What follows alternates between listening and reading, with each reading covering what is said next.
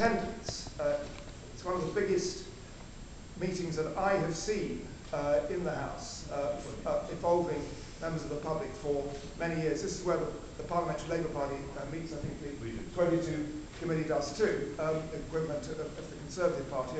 It's full for those events, but for a public meeting, I've not seen quite such an attendance for such a long time, and it's an indication of the scale of concern about the way in which our defamation laws, not because of anybody's quote's fault, but just the way in which they have developed, have become unbalanced. And so special thanks to English Pen, to Index on, I can't read my own mind, on censorship, and to Sense About Science. I have indeed been concerned about this, and as I was indicating on the radio this morning, I've had many meetings, but one of the most chilling meetings I had was with Dr. Wilmhurst and the Member of Parliament, Daniel Kaczynski, about what appeared to me, I don't want to preempt a Lord Chancellor a judicial hearing, but appeared to me to be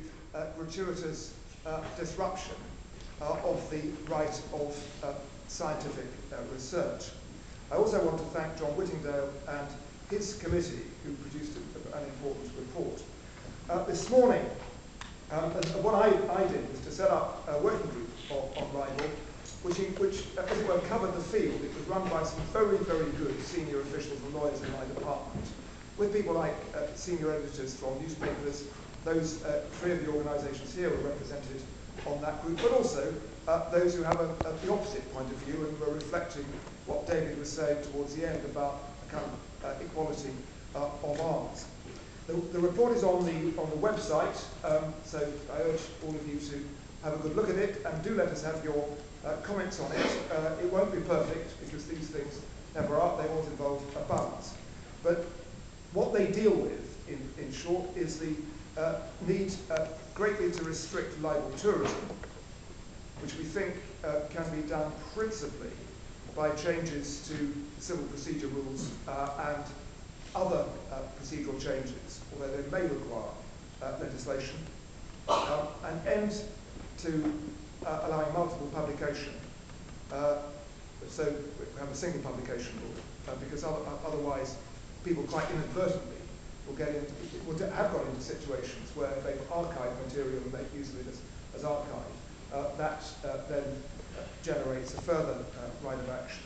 And then a statutory public interest defence which builds on fair comment, although fair comment itself, as those of you who are defamation lawyers know, has become extremely complicated at the moment and subject to further definitions, one overlaid on another.